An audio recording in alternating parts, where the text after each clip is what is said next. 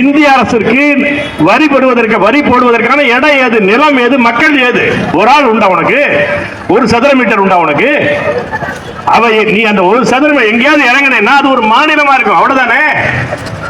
இது union of states. இந்த அடிப்படை இதான என்ன சொல்ல வர்றாருன்னா, நிதி மறுக்கிற மந்திரி நான் அரசியலமைப்பு சட்டத்திற்கு விரோதமாக தமிழ்நாடு அரசு செயல்படுவதால் எனவே நிதி கொடுக்கவில்லை சொல்றான். அவன் தான் பேசுறது அரசியலமைப்பு சட்டத்துக்கு விரோதமானது.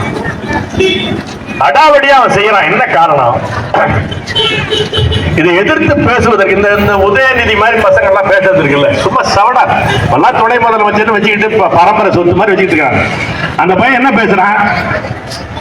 ஒரு நொடி நினைத்தால் இன்னொரு போராட்டம் வந்துடும். என்ன கிழிப்ப நீ வைத்திருக்கிற எல்லா பள்ளிக்கூடத்திலும் இந்திய வச்சுக்கிட்டு இருக்கிற, சமஸ்கிருதம் வச்சுக்கிட்டு இருக்கிற, சும்மா இல்ல.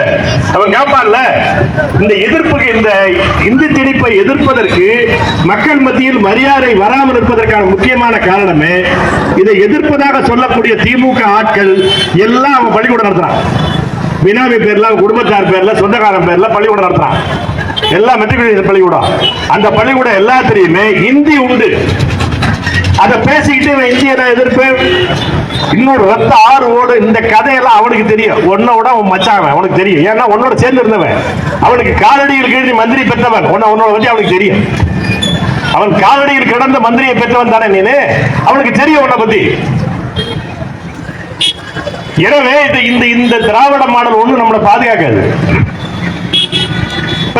நம்ம ஆட்களுக்கு இருக்கிற பிரச்சனை என்னதாங்க, நம்ம பெற்றோர்களுக்கு இருக்கிறது முதல்ல கிளியர் ஆகணும். இவனுங்கெல்லாம் விடுங்க. நமக்கு ஆங்கிலத்தில் படிக்கணும்னு நினைக்கிறோம். நம்ம பிள்ளைகள் எல்லாம் போட்டு இங்கிலீஷ் மீடியத்தில் சேர்க்கிறோம்.